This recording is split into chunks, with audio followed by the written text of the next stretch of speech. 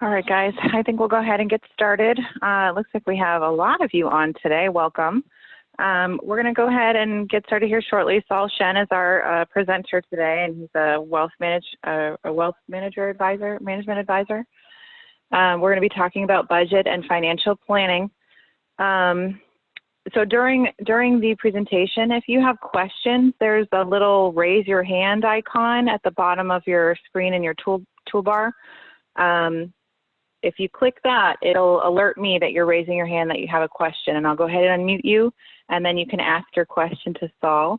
So that's one option to ask questions. Another option would be to use your Q&A tool at the bottom on your toolbar as well. And that way you can type it in. If you don't want to speak your question, I can speak it for you to Saul. I think he'll pause somewhere in the middle of the presentation to take questions. So we'll do questions probably twice, probably in the middle of the presentation at the end. So if you have questions, don't worry, we'll get to you. And again, raise your hand or type your question into the Q&A. And if we can't get to all of you, you can always email us at wellness@theparticipanteffect.com, and we can follow up with you directly there, okay? Okay, great. Well, Saul, if you want to take it away. Okay, great. Thanks, Kelly. Thanks for everybody joining. Wow, I'm looking on here, the number's still going up, so there's almost 100 folks on the call. Thanks for taking the time. Hopefully everybody is staying safe. I guess majority of the folks are working home. I had talked to Kelly about maybe just opening the webinar and unmute everybody, but then second thought is if you're working at home, like if I was at home right now, you probably have kids, dogs, everything going around. So we'll go ahead and follow those directions that Kelly shared. At any time, if you do have a question, go ahead and raise your hand. And what I'll do is make this as interactive as I can, as if we were all together in one big room, okay? So Haskell asked us to please put something together around budgeting and financial planning based on everything that's been going on to kind of maybe help give some guidance during these unprecedented times. And that's what we'll do. A lot of folks have probably seen me speak or attended the workshops while I've been on site. So for the folks that don't know, the Participant Effect is a program that Haskell has available to everybody. We are financial planners, financial advisors, so that allows us to present these type of workshops, and also for those that have not had one-on-ones, you can always contact the Participant Effect, schedule an appointment with me, and we can have a one-on-one on a personal level to go through any type of budgeting, debt management, financial planning, estate planning questions, anything to do financially, we'd be glad to help. So with that, we'll get started. Let me see. Oh, there we go. So some of the things we'll cover, and I'll stop and ask for questions as we go through it. Some of the things we'll cover: goal setting, budgeting, emergency fund, insurance, using credit, and investing, and tax planning. And I'm sure in light of everything that's going on today, not only with COVID-19, being stay-at-home quarantine, I'm sure everybody has been concerned about their 401ks and investments and money and all of that. So we'll take the time and kind of go through as much as we can with everybody on that. College planning as well, and retirement planning, of course.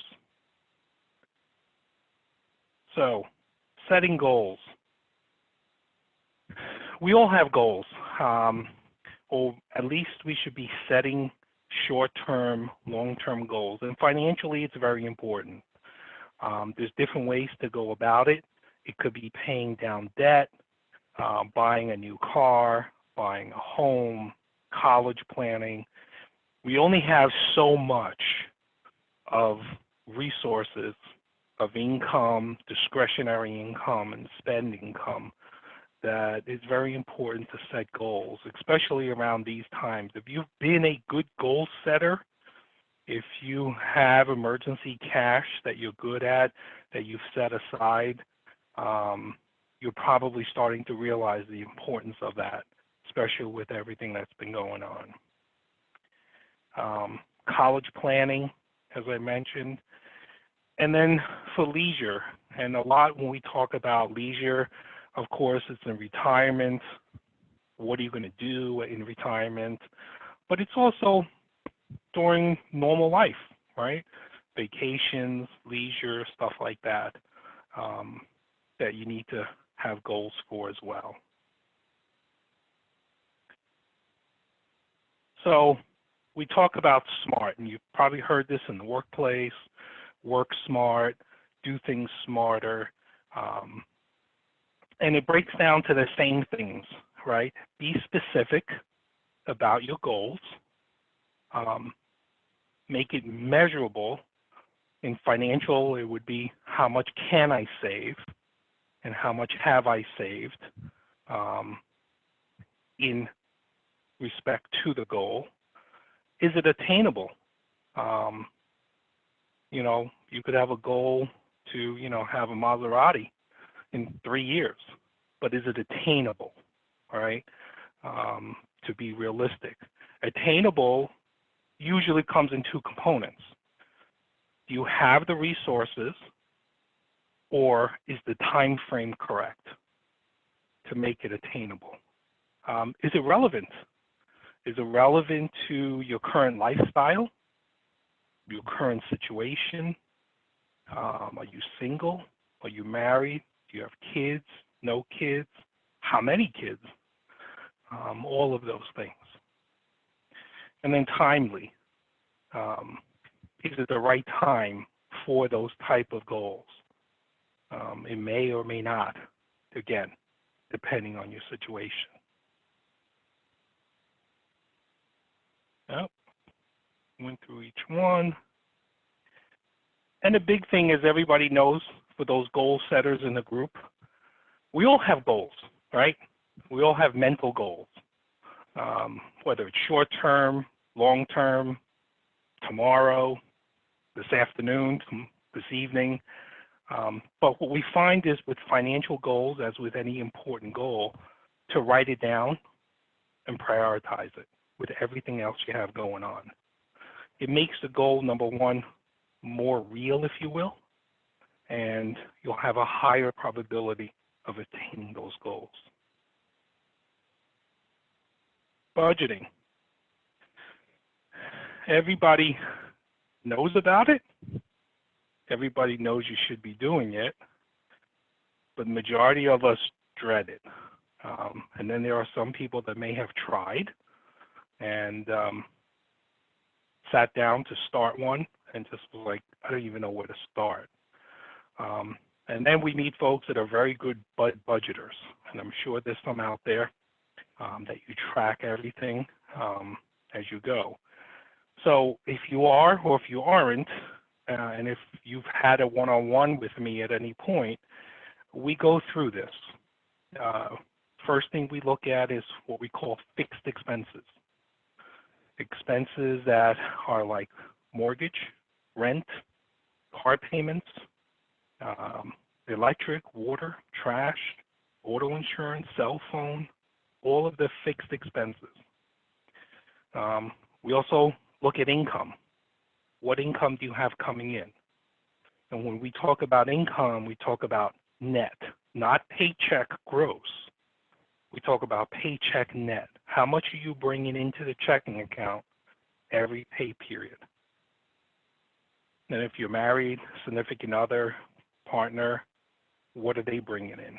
So you have a combined net income, and you have all of your fixed expenses.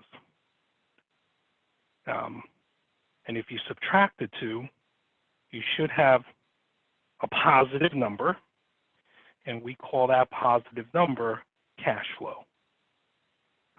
Here they call, so After fixed expenses, you have positive cash flow to be used for discretionary spend. Food, gas, entertainment, whatever. Then the question is when you minus those two, do you still have anything left? Or are you spending all of the discretionary, which means everything you have coming in, you're paying fixed, and then you're spending the rest. Hopefully in your discretionary or your fixed, you have some allocation to savings. And then hopefully you'll have a surplus even after that. Emergency funds. Emergency funds is exactly that. It's to have funds available, immediately available if you need it. The way we look at emergency funds is about 3 times your fixed expenses. If you own a home, we say that's probably close to 4 to 5 times. Because if you own a home, there's always something that might go wrong in the house, unexpected expenses. If you're married, have a family, and own a home, we're talking about potentially 5 to 6 times fixed expenses, because you have more probability of unexpected expenses. And it's for emergencies. It's for anything that crops up that you may need money for. Car breaks down, you need a new set of tires, kids need braces, the dog got sick, those kind of things. And it's to avoid putting it on credit, putting on a credit card, putting on a charge card, and then carrying that debt. So that's how we look at it. Where do you keep emergency funds? That's important as well. We want to have it liquid. We want to have it available. Normally, people usually have it in 2 places. One, it's sitting in their checking account. So their checking has a few $1,000s in it. Or they have it in a savings account. And it just sits there. And it could sit there for a few months. It could sit there for a year. What we would say is, and it's a little bit tougher in today's environment now, since interest rates have dropped so low, but you should be able to still go online and find high yield savings accounts from places like Ally Bank, A-L-L-Y. There's another bank called Marcus, M-A-R-C-U-S, Marcus Bank. These are online banks. They are fully chartered. They're FDIC insured. Marcus Bank is actually a division of Goldman Sachs. And the reason they can give you higher interest than close to nothing at your current bank is because they do not have brick and mortar. They don't have electric bills. They don't have rent. They don't have teller pay. They don't have all that extra expense. So they can pass the interest rate on. I haven't looked lately, and that's my own fault. I actually use Ally, but probably a year and a half ago, Ally was about 2.3% on savings, no minimum, no fees. And then as interest rates were declining, it went down to 2. Last I remember was 1.9. And I really haven't checked in the last 2-3 weeks. And I haven't seen an email on it. So I'm not quite sure, but I am probably confident that it is higher than whatever you're getting in your traditional banks, whether it be Chase, Wells, SunTrust, whatever you have available. Even credit unions at certain times, it would be higher. So you would look at those. So once we go through budgeting, figuring out how fixed expenses, figuring out what we have left for discretionary and if we have any money left or not. Have a good established savings account. And we're kind of financially sound in those areas. We're humming away. Now we start looking at, you kind of look at the next layer, if you will, and that would be risk management. How do you protect yourself? How do you protect your family from catastrophes and things like that? And that's where insurance comes in place. If you're self-employed, you have health insurance, or you have health insurance through your employer, whether you contribute to it or they provide it to you. You have auto insurance, of course. We all need that. Life insurance. If you own a home, you have a mortgage, something, God forbid, something was to happen to you. If you're married, do you have enough to have the survivor pay off the mortgage? If you have a family, that becomes even more important if anything was to happen to you. And for some folks in dual income families, if one makes more than the other, and it's like, well, let's have life insurance on one and not the other, you still are living in a dual income family. And if you can imagine not having that second income, how would either survive, no matter how much or how little? So, and then it's there, if you have a family, how is the family going to sustain on one income? So those are very important things you look at life insurance. Property insurance, if you own a home, or even if you rent, you have renter's insurance to cover your content, to cover the things in your house. Believe it or not, for those that might not know, it also covers in case your car gets broken into and you have valuables that are stolen. My son was actually renting and somebody broke into his car and stole his golf clubs, golf shoes, and whatnot. And his renter's insurance covered all that, so I was able to replace it. Liability insurance. This is where we talk about liability, what we'll call umbrella insurances that you may hear.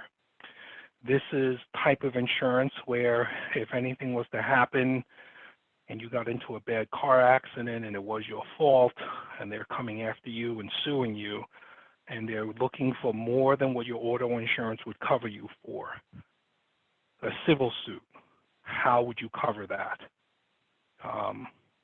An umbrella insurance would cover it. So, for instance, there may be folks on the phone that has what they call maybe $1 million umbrella for liability insurance. Sounds like a lot, but it's not that expensive. On average, $1 million umbrella probably runs around $300 and change, $400 a year to carry. It also covers if somebody slips, falls on your property, in your house, and sues you for upwards of and beyond what your homeowners would cover. Umbrella would cover, then step in. And then you have disability insurance. This is in the event something was to happen to you and you're unable to work or perform your current job. Statistically, we are 87% more inclined to be disabled in our lifetime than die. And if you were disabled and not able to perform your job or work at all or do what you're currently doing to command the pay you're making, how would you survive? And that's what disability insurance comes in. A lot of disability insurance that we do now or we see is that even if you're not able to do what you're doing now, but you're able to do something, it would still cover for what you're doing or what you're getting paid to do what you do now, if that makes sense. So, if you can't go back at $100 or $50 or $100,000 job and you can't perform those duties, but you could work, but you're only making $20,000, $30,000 a year, disability insurance would make you whole. Okay? Now that's personal disability insurance. It's a little bit different than employer disability insurance. Okay? So I want to make sure I make that clear. As an employee, you may have disability insurance at work.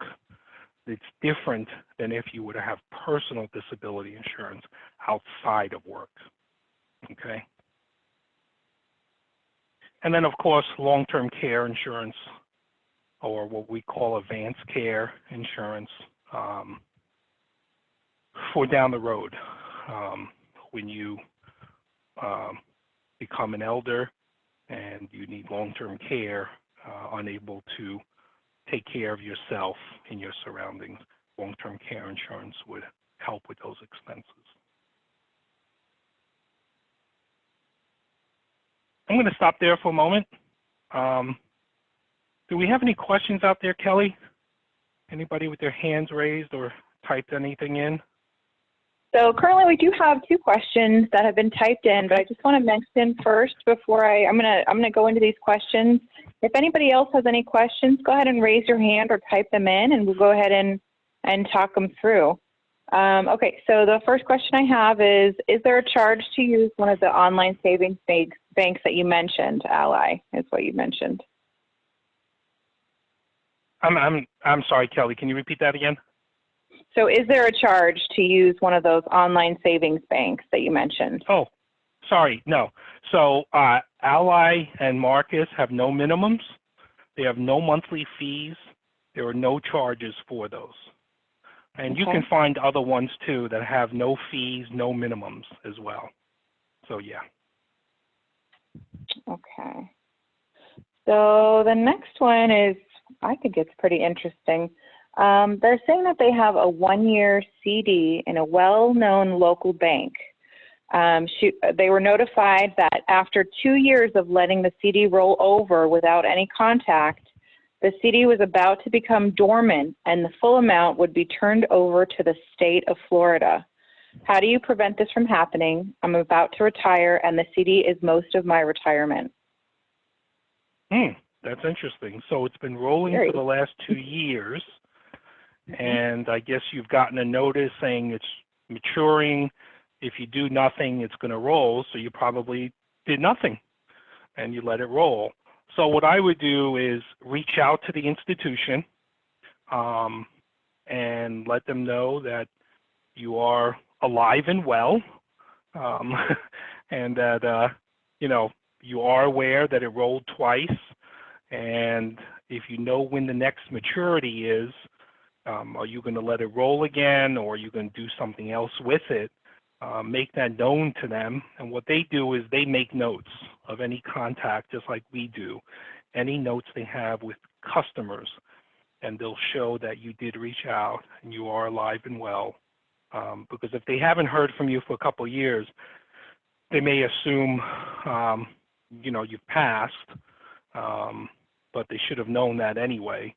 But if you did, but I would just reach out to them and just let them know that it's rolled and ask them what your options are down the road. Okay, those are the only 2 questions. I don't see anyone with their hands up. Does anyone have any questions currently? Oh, I see something. And it could be questions on the presentation.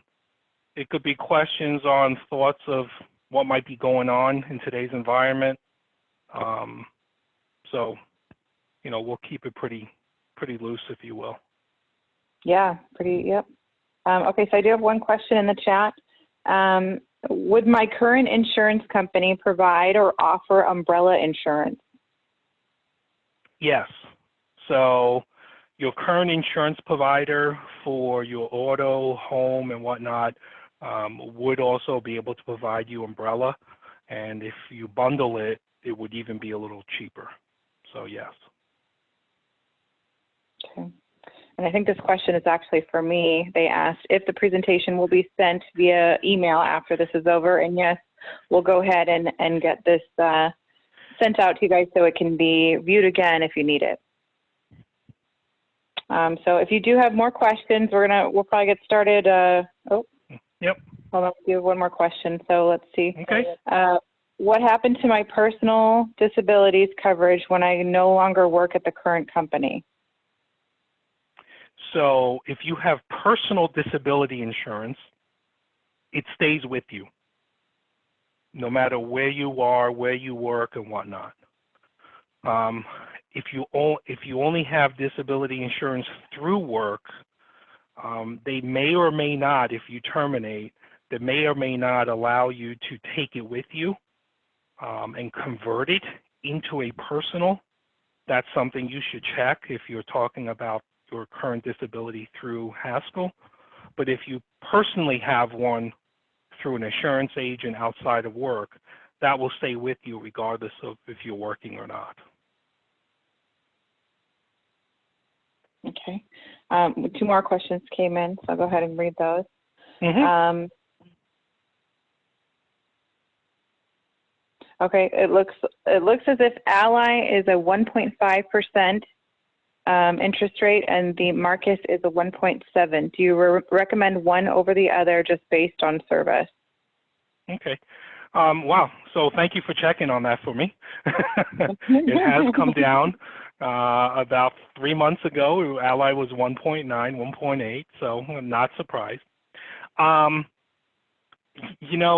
one, if you think about it from a customer service standpoint, they're both great.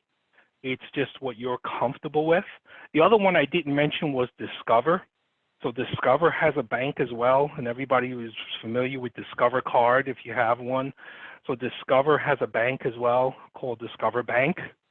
I don't know what their rates are, but they were all pretty competitive.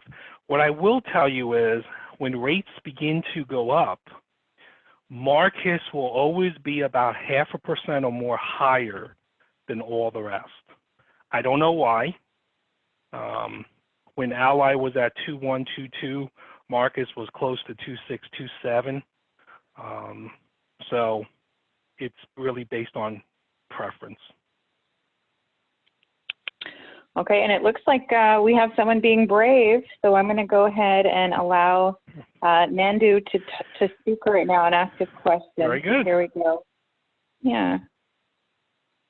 All right, Nandu, you are on.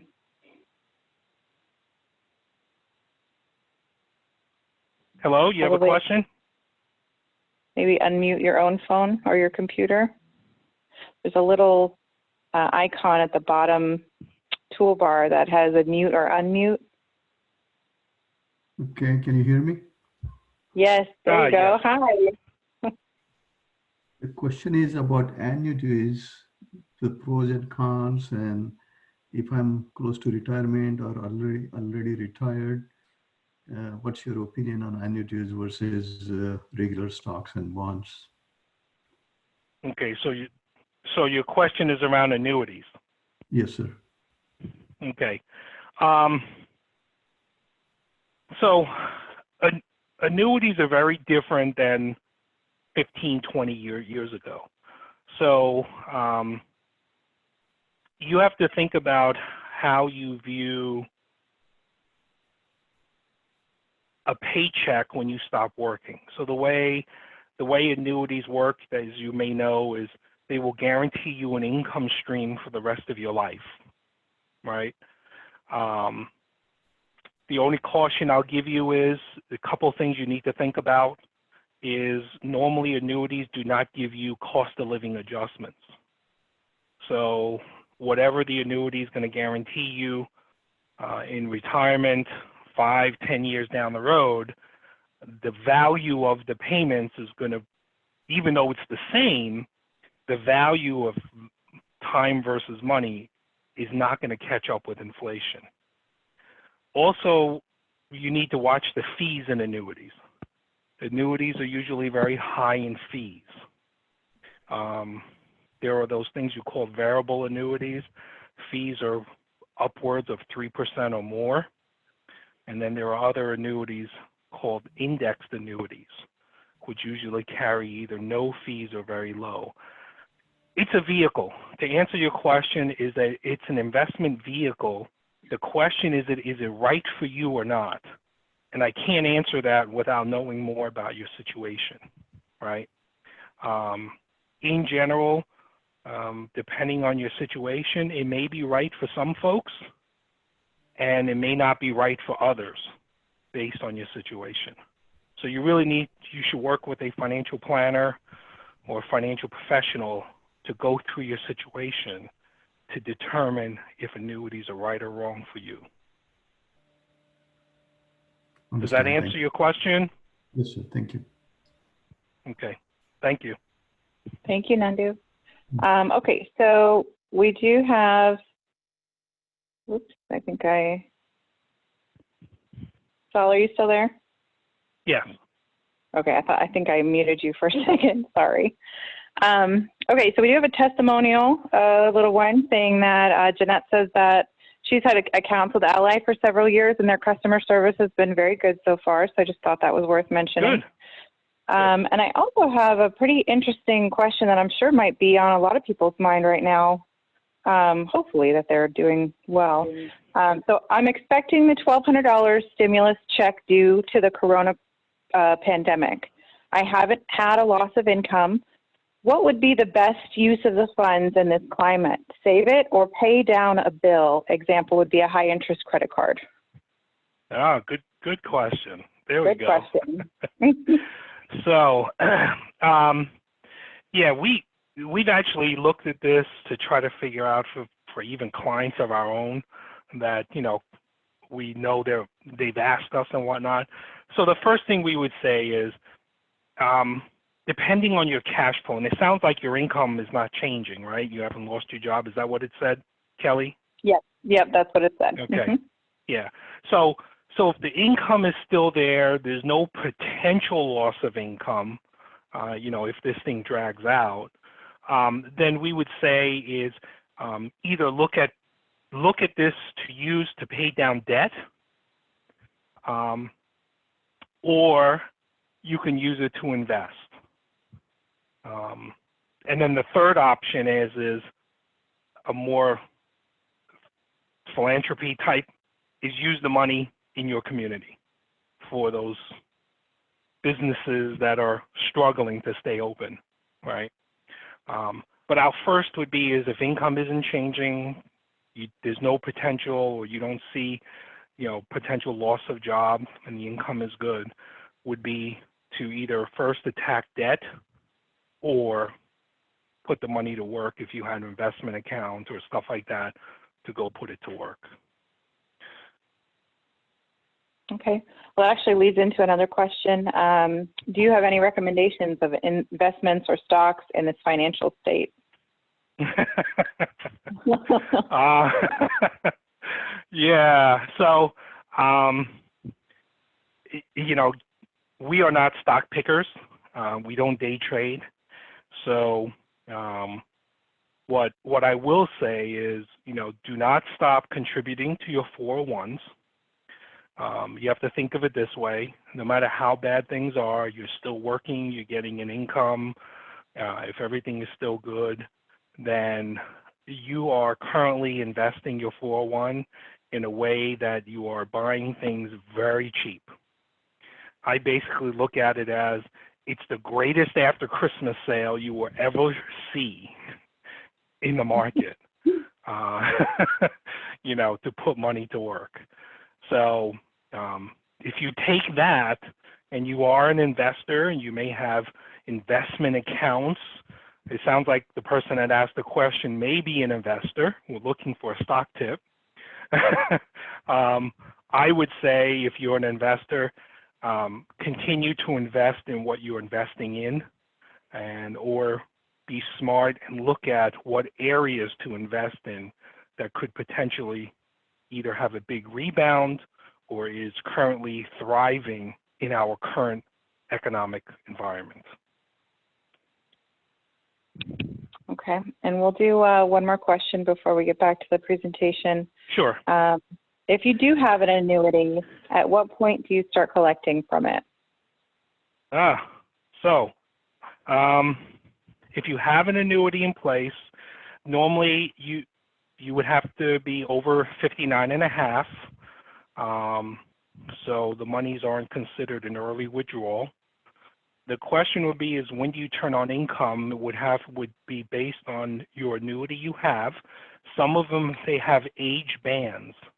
And what I mean by that is usually between 60 and 65, if you turn on income, you get a certain percentage, right? And from 65 to 70, that percentage will increase. So if you have an annuity that has what we call an age band that increases your withdrawal, because the older you get, the higher the withdrawal rate because your time is getting shorter, then that would be up to you. But any time after 59 and a half, you can turn on income. There are other annuities that have no age band, meaning regardless how old you are, you're going to get 5% withdrawal rate. And if that's the case, you have to decide when to turn that on based on are you still working or not, because that income that you draw, if you've had the annuity for a long time, there's gains in the annuity. So an annuity is first in, last out. So if you have a lot of gains, you're going to, when you start income, all that income is taxable. And if you're working still and you draw this income, it's going to be added on top of your working income that may or may not put you into another tax bracket. So you have to look at the tax implication as well. If you have an annuity that is tax efficient, then you have to understand what portion of your payment is considered return of premium and what part is considered gains, and then figure out how that's going to affect your taxes. So that's the trick with income. Normally when you're retired, you have no more earned income, you're collecting Social Security, maybe a pension, then you turn on income from your annuity and it's counted as income, you would still, you potentially could be in a lower tax bracket. But if you're working, that could cause a tax issue. So you should work with your financial professional where you got the annuity and kind of go through that with him or her. Okay. Okay. All right. Well, let's get back to the presentation, and then we'll have another Q&A at the end of the presentation. So everybody start thinking about your questions. So talking about credit, I don't need, the statement on the screen. Hopefully we're all aware, credit is not money, right? Credit is borrowed money we need to pay back. So credit really is a, extension of your character. If you have good credit, that means most likely you're very responsible, you pay your bills, you carry a good financial character that affords you that high credit rating and a lot of credit. So that's how you have to look at it. There's the 3 C's in credit we look at is what is your capacity, meaning how much credit do you have? So if you have 3 different credit cards and each one has a $5,000 credit limit, well, your capacity is $15,000, right? What is the character of the, and we talked about this, of the person that's holding the credit, and then collateral. There are credit out there that is what they call collateralized. You may have to have a savings account with money in it to be able to get the credit. And if you don't pay, they take the money, right, that you have in, say, savings. How they determine your worthiness is based on, as everybody knows, credit score. Everyone has a credit score. It's a double-edged sword. There are the folks that believe in, any credit is bad credit. So they're very disciplined in paying cash for things, saving and stuff. And then they come to find out they don't have a good credit score. Well, that's because there was nothing to gauge them on their credit worthiness or their credit character. So they'll deem you low.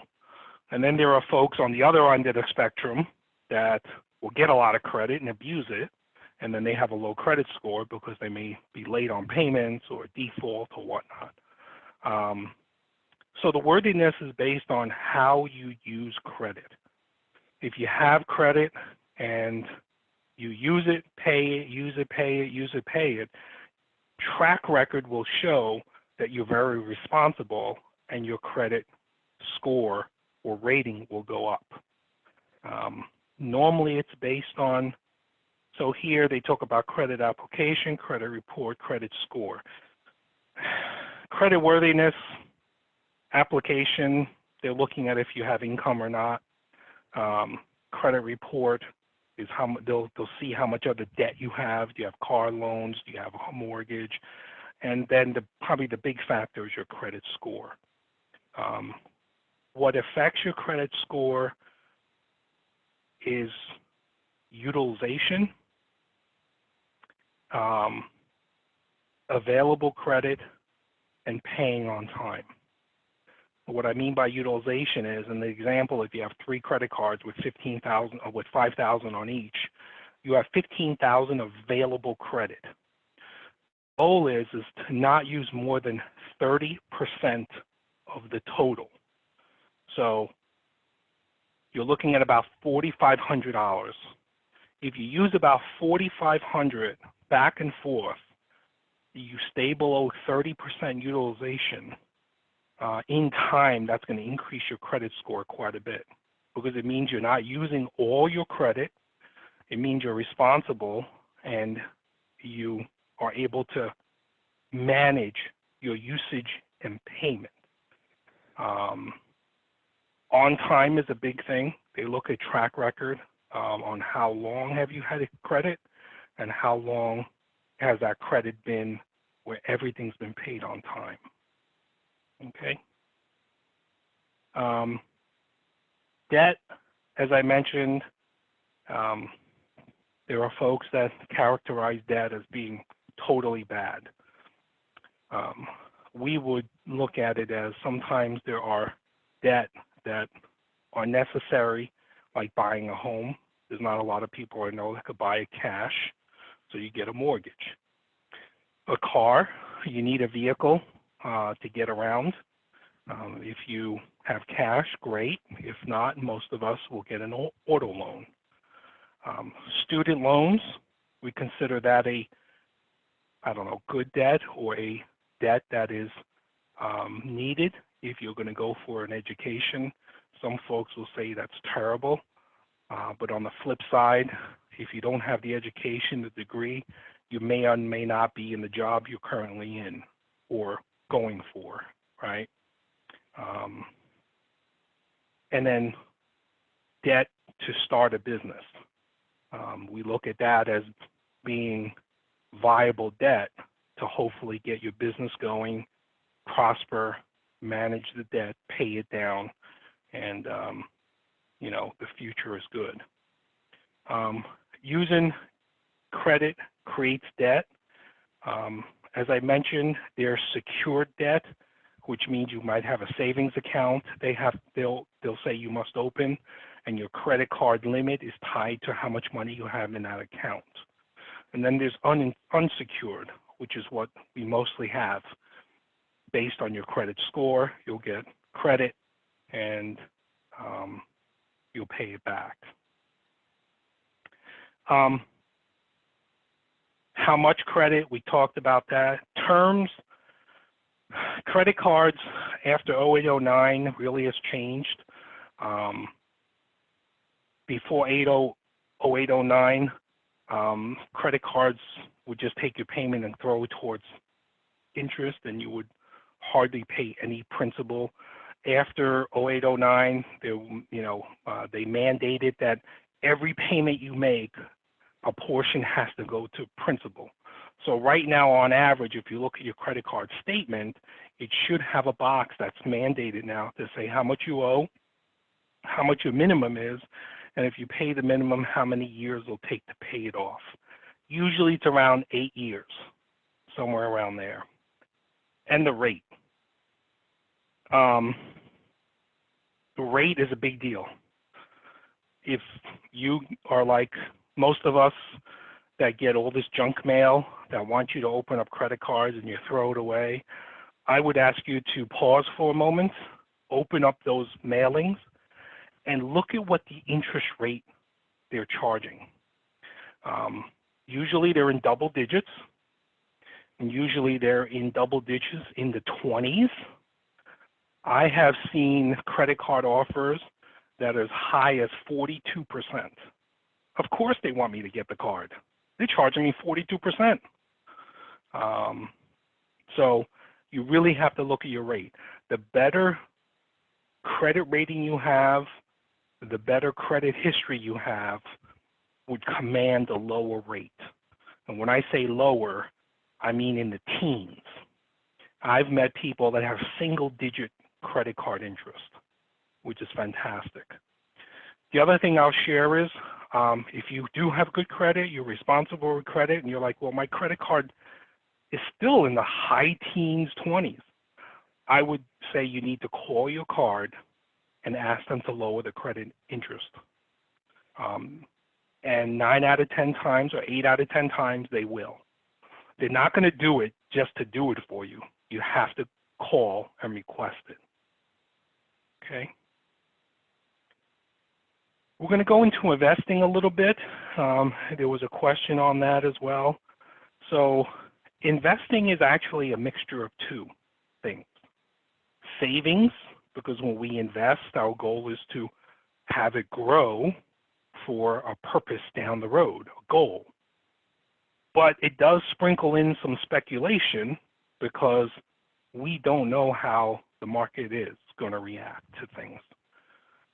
We have no control of the market, as everyone probably are very aware in these days. So it's a little bit of both. It's speculating and savings. So when you put those two together, we call that investing. But the question is how are you investing? There should be a planned approach on how you invest your money, not just on a whim. You know, I heard this stock was going to do great, and you just dump everything into it, right? So investing is these two components put together in a planned approach. So one of the gauges on how you invest is what we call risk tolerance. How much risk can you take? If you had $10,000 and you were to invest it and you lost half of it in a bad market as we see today maybe, are you okay with that? Or is it going to churn your stomach and make you throw up? And if that's the case, then you probably aren't going to be too risky. You're going to be more conservative, right? So it all derives around how much risk are you willing to take. Risk and reward go together, right? It's like going to the gym. No gain, no pain. Oh, sorry, no pain, no gain, right? You know, if you're not out there sweating on the treadmill, it's not going to help too much to lose weight, right? You need to get that heart pumping and stuff. It's the same here. If the more risk you take, the more reward. The less risk you take, the less reward. And it all based on your personal risk tolerance.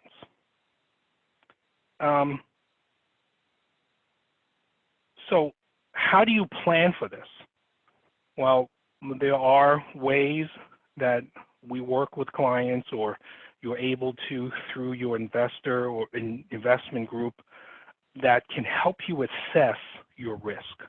And based on that, they will either provide you or help you with how you should allocate your investment to deal with potential loss. And how you personally deal with it is critical as well. So there are three legs when we look at investing. There is the growth aspect, the income aspect, how much income can you get from your money, and the stability. These three legs must be in sync based on how you choose to invest in order to be successful. When we talk about growth, it's exactly that.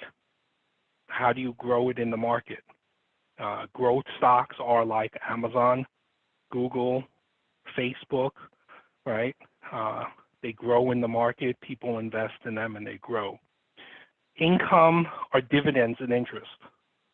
So you have the stable, the AT&Ts, the Johnson & Johnsons, the Exxons that pay you a dividend and pay you interest, and that's the income portion of it. And then you have the stability piece, which usually when you invest, you would have a piece allocated to what they call fixed income, bonds, safer type investments to balance your growth and income. So that's the three components that we look for. And it could be weighed heavily more towards one or the other based on how you look to invest or where you are in the stage of your life. Retirees will lean more towards income and stability. If you're younger, in your 20s, 30s, early 40s, even 50s, you may be leaning more towards growth because you still have, 20, 30, 15 years of working left. So you lean more towards growth. And then there are the people that can't handle risk. They're happy with a little bit of growth. They'll go more for the stability. They'll lean more towards that. So depending on where you are, you'll lean to either way within these three categories.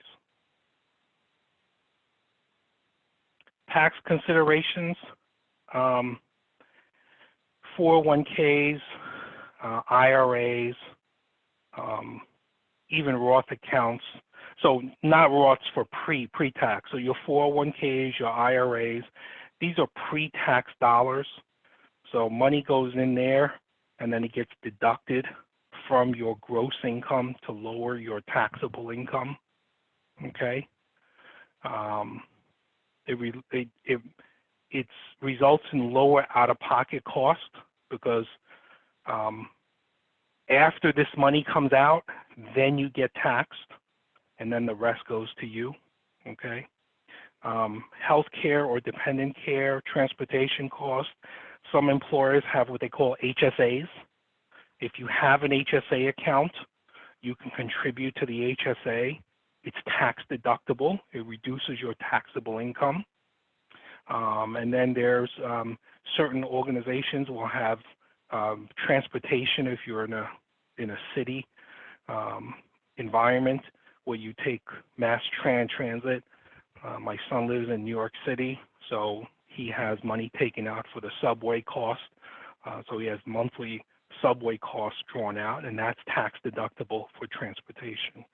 So depending on what you have available from your employer. And then, of course, as I mentioned, retirement plans, 401k, IRAs. Tax-deferred growth. So everything grows tax-deferred, meaning there is no taxes as it grows. You will be taxed when you go to use the money at that time. 529s would fall into that category as well. So depending on what state you live in, there may be 529 plans in your state that is state tax deductible to a certain degree. So if you contribute to a 529 and your state tax is 7%, whatever you contribute could be deducted from your state taxes, okay? And then when you use it for education, and it's no longer higher education, it could be used for K through 12 as well as college and grad now. If you use it for education, all your growth is tax-free, just like a Roth, okay? Retirement plans as Roths. So traditional is what we call tax-deferred. You make your contributions, you deduct it off your taxes. 529 plan, from a federal standpoint, a 529 plan and a Roth, is after federal tax money that you put into these plans, and they grow tax deferred. And when you go use it later, they're tax free. Penalty applies in some situations. So let's talk about this for a minute. So normally, if you're 59 or younger, if you were to draw money out of your IRA or 401k, you take a distribution, you'll get hit with a 10% penalty on top of taxes you have to pay for pre-taxed accounts. Okay.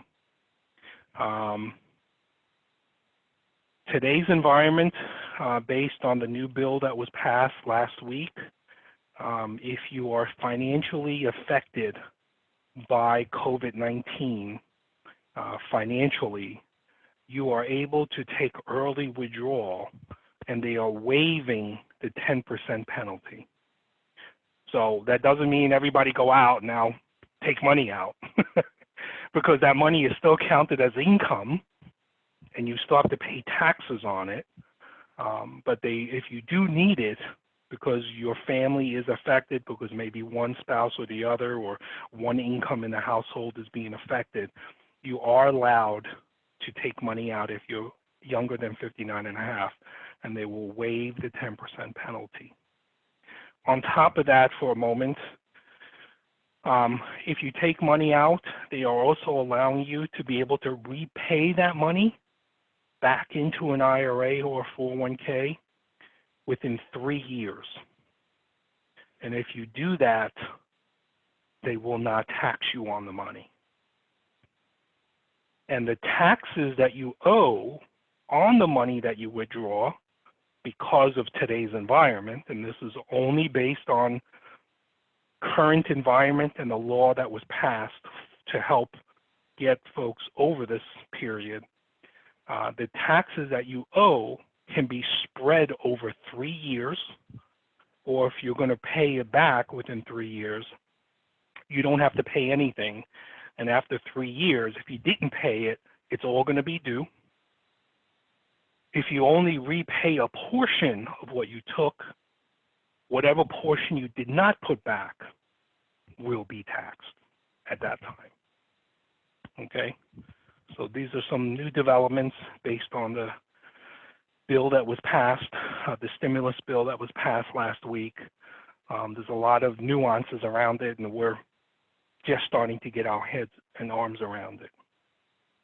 If there's questions around that, please ask that when we get to the end. Tax deferral is a big thing. If you're not paying, so in a taxable account, just like your savings account, your checking account, every year you may get a 1099 that says you had $4 of interest or 20 cents of interest. You need to pay taxes on that, supposedly. If you have an investment account that is not tax deferred and you have cap gains or dividends and interest, you're liable for taxes in the year it occurred, whether you took it or not. So in a tax deferred account, as you can see, the red line will increase a lot greater than non-tax deferred. 529s real quick. Again, I mentioned this before. It's for K through 12 and for college and grad. In certain states, you also have prepaid tuitions. Most of them, if you prepay, it's for the state you live in. So you're looking for your kids to go to the colleges or universities within that state. You pay to today's tuition prices, you prepay it over a period of time, and when they go to college, it's taken care of. If they go to an out-of-state college and they do not go into the state college, that money you put in is still there for you. Most likely you will forego the growth. So if tuition today is $30,000 a year and you prepaid it, and when your kids go to school and they go out of state and tuition, is $60,000, well, you can get your 30 back towards tuition, but you would have to pay the rest. Versus if 30,000 today is in state, by the time they go to school, it's 60,000. Well, guess what? You paid the 30 now, they go to school and it's paid for.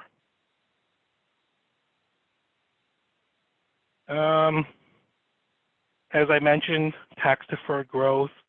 If it's not used for education, it is taxable and you pay a penalty. 529s are asset protected.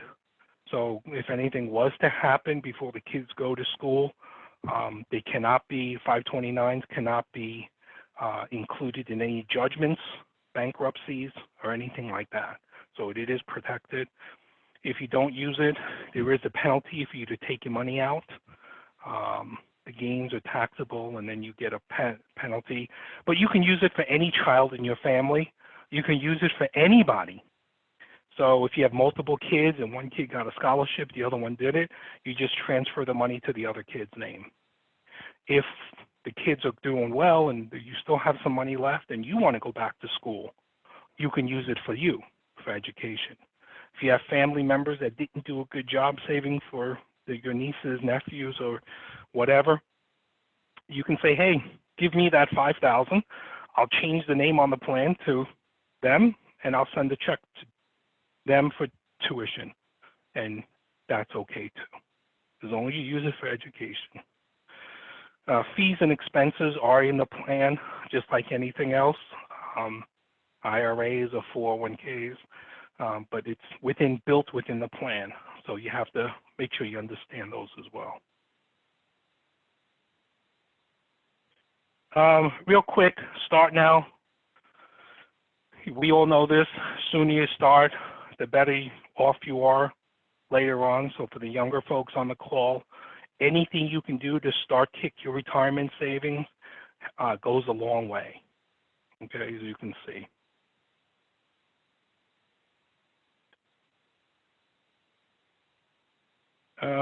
Considerations of retirement. What kind of retirement are you looking for? We always work with folks to say, hey, so when you retire, what are you going to do? You're not going to get up every day, go to work. What are your plans? When do you want to retire?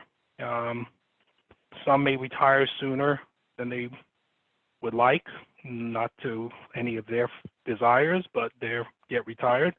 Some are able to and some are not. What is Social Security going to do for you? Whether you're 62 or 67, all that. And the big thing probably is health care. If you retire early, how are you going to cover for health care? How long are you going to be in retirement? That's a good one. Today we're looking at 30 years in retirement. If you are a healthy 65-year-old today, potentially you can be in retirement for 30 years. Because longevity has increased. So we talked about taxes, we talked about 401ks, Roths, IRAs, and 10% additional penalties of early withdrawal. Real quick on estate planning, 3 things everybody should have is a will. A will is basically what do you want done with all of your stuff when you pass. If you do not have a will, you go into what they call intestee, which means the state will decide what happens to your stuff and who gets it. So everyone should have a will. If you have a family and kids, you got to have a will. No ands, ifs, or buts. Who's going to take care of the kids if they're younger? Who do you want to take care of the kids is probably the most important. And are they willing to? If you don't have a will, the courts will deem who is appropriate or the most capable to take care of your kids. Do you need a trust or not? It all depends on what you have and what you're trying to accomplish. A POA, power of attorney, and most likely, again, so statistically, you'll become incapacitated than dying.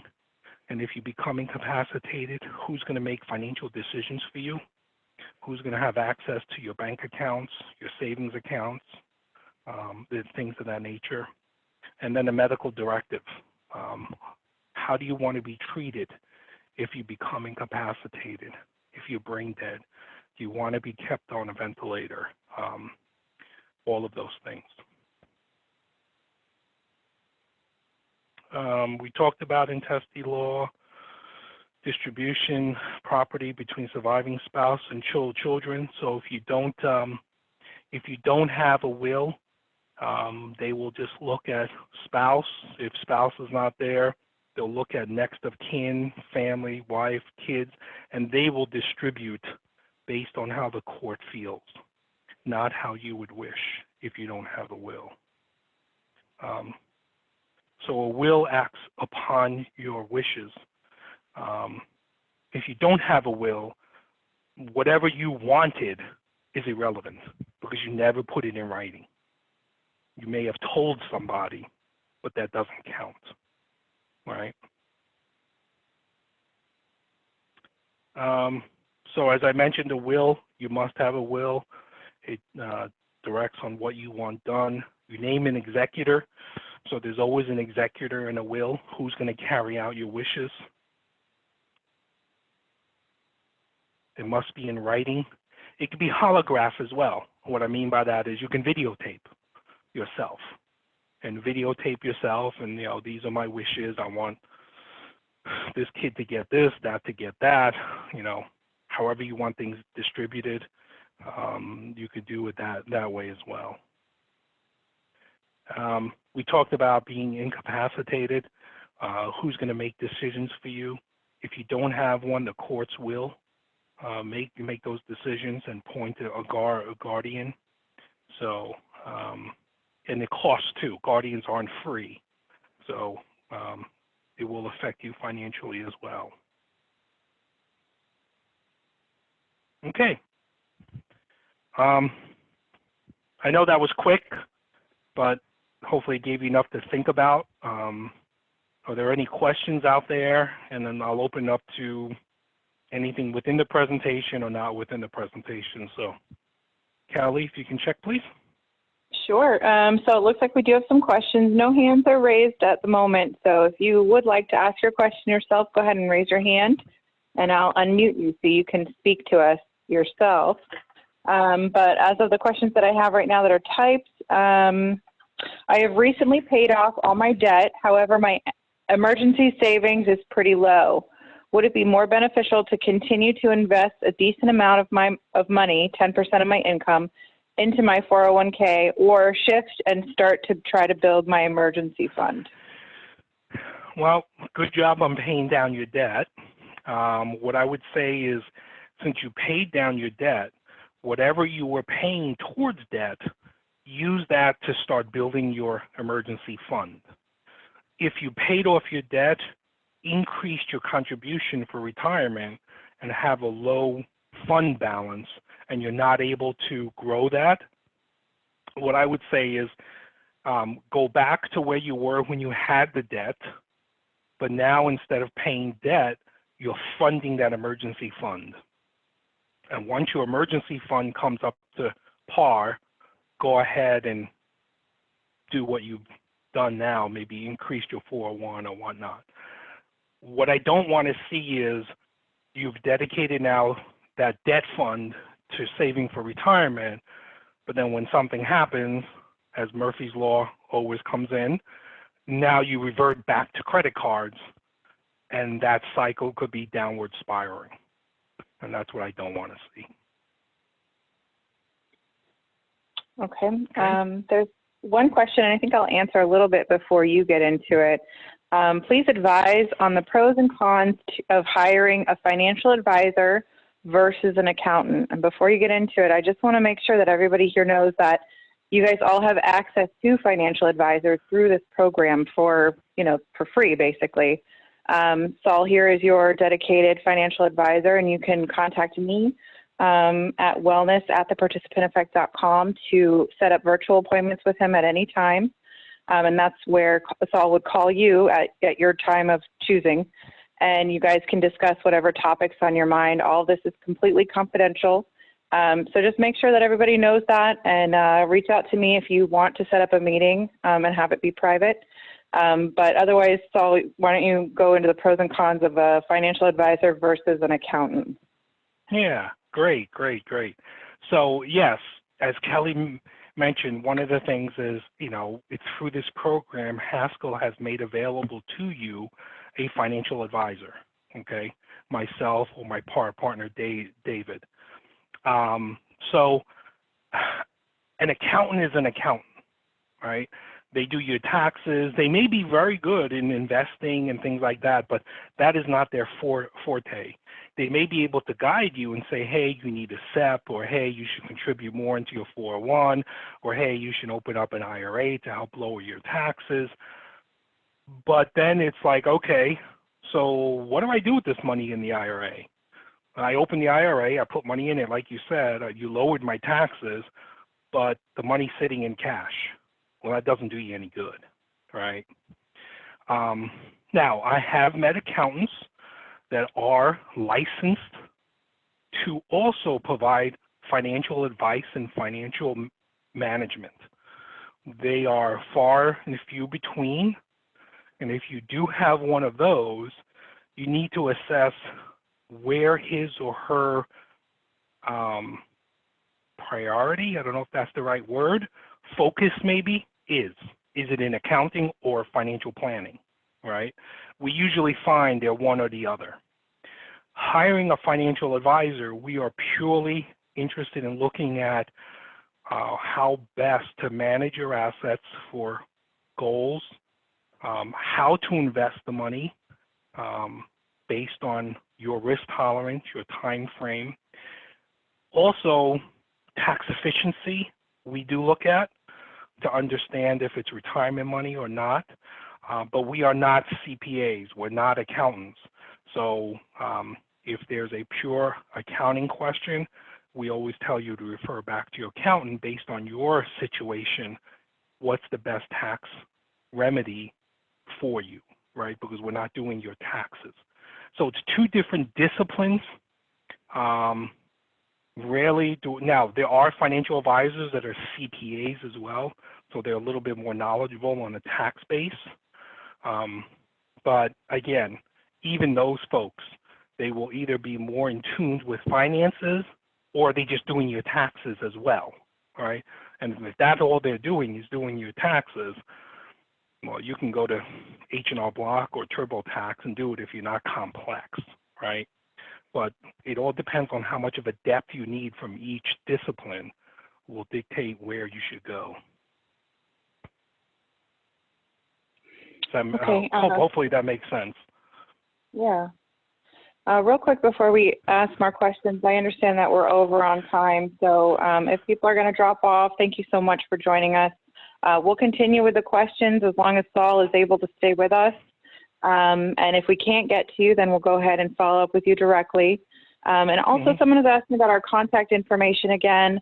My name is Kelly Brunsheen, and you can email me directly at wellness@theparticipanteffect.com to set up a virtual meeting with Saul.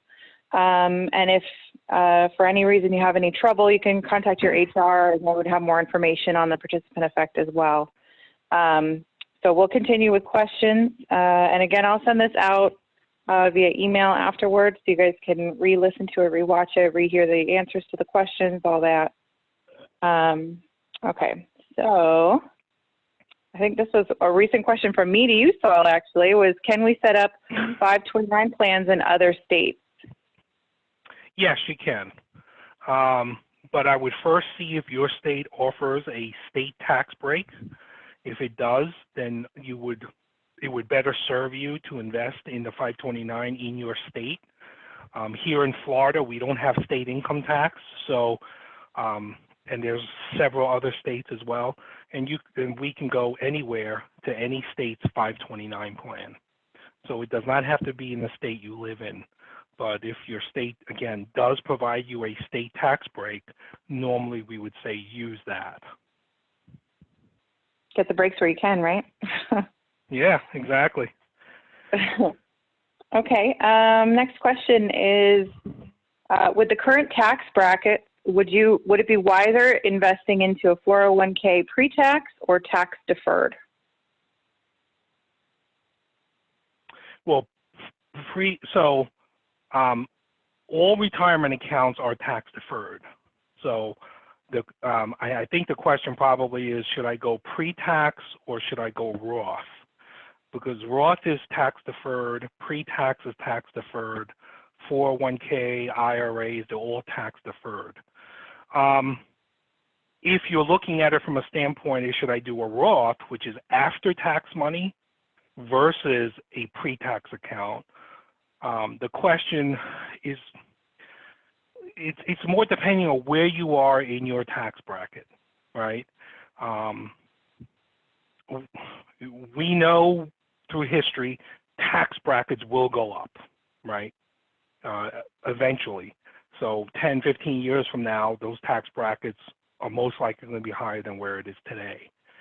If you're a lower wage earner or you're younger, it would benefit you to do after tax into a Roth. If you're a high wage earner and you're in a high tax bracket and you want to try to lower your current tax bracket, then you will go into pre-tax. It's kind of, two birds in the hand or two in the bush. Which one's better? It all depends on where you sit from a tax bracket standpoint and how you view taxes. If you want a tax break now, take the pre-tax. If you're not concerned about taxes right now, but you are later, then you go for after tax, which is like a Roth component within your 401. Okay, and this is more of a compliment to you, Saul. As someone said, I wish I had known this information in the earlier part of my career. This is valuable information. So, well, thank you. Thank you. All right, it looks like we have 3 more questions. We've dropped down to about half the people that are logged on right now. Are you okay to stay up for a couple more minutes? Yeah. Yeah, okay. All right, so can you enroll in a self-directed IRA and a 401k within a sponsored company to lower the potential admin fees? I'm sorry, can you repeat that again? Yeah, can you enroll into a self-directed IRA and a 401k within a sponsored company? I'm assuming they mean their employer-sponsored retirement, to lower the potential admin fees. To lower admin fees. So it all depends on how you're doing it, right? So in your employer 401k, there's very low fees because you're in a group plan. Your company's paying a portion of it, and they've done a very good job working with NFP, your managers that manage the plan, to get your cost very low. If you have a self-directed outside of work that you're doing, are you doing it with an advisor, or are you doing it on your own through Vanguard, Fidelity, Schwab, or whatnot? If you're doing it on your own, then you have no fees. The only fees you have is whatever the investments are, and those probably are very low. If you're working with an advisor, he or she may be charging you a fee. And if they are charging you a fee, he or she should be bringing you more value by providing you financial planning, financial guidance, helping you manage your overall finances with what you're doing on the outside and what you're doing on the inside of your 401k, right?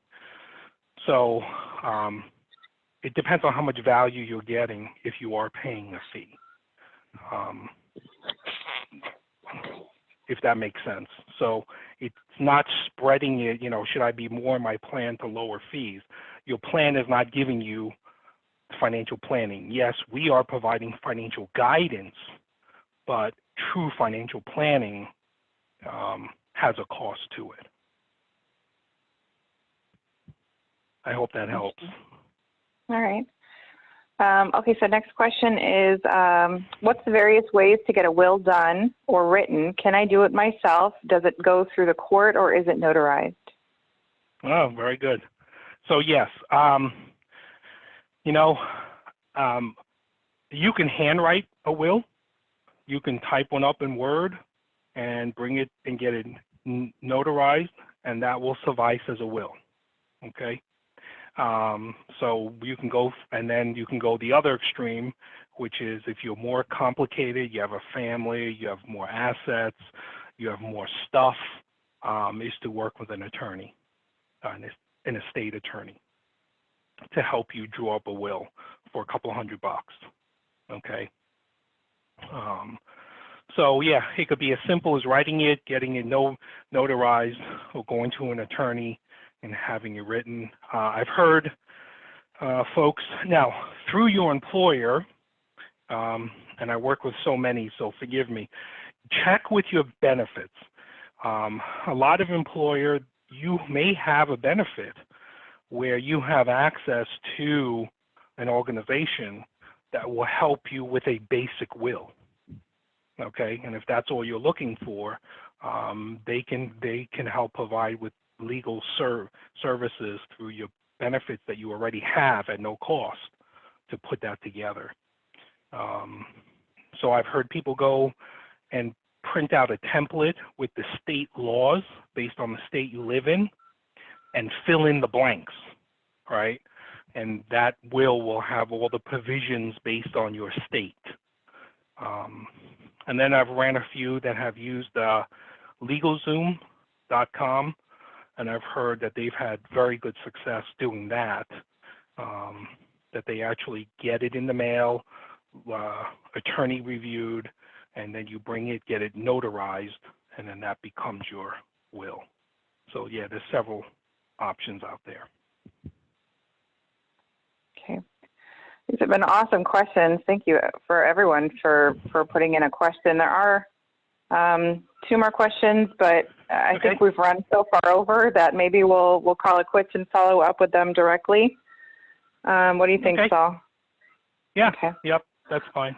Thanks. All right. Thanks for joining, everyone. I appreciate it. Yeah, and thanks for your time, Saul. We really appreciate it. Thank you to everyone that joined, and you should be getting an email from us letting you know that this is recorded and you guys can watch it again, and also more information on how to set up a meeting with Saul or David for your private meeting type thing. Okay? Wonderful. Well, everyone have a wonderful day and stay well. Bye, everyone.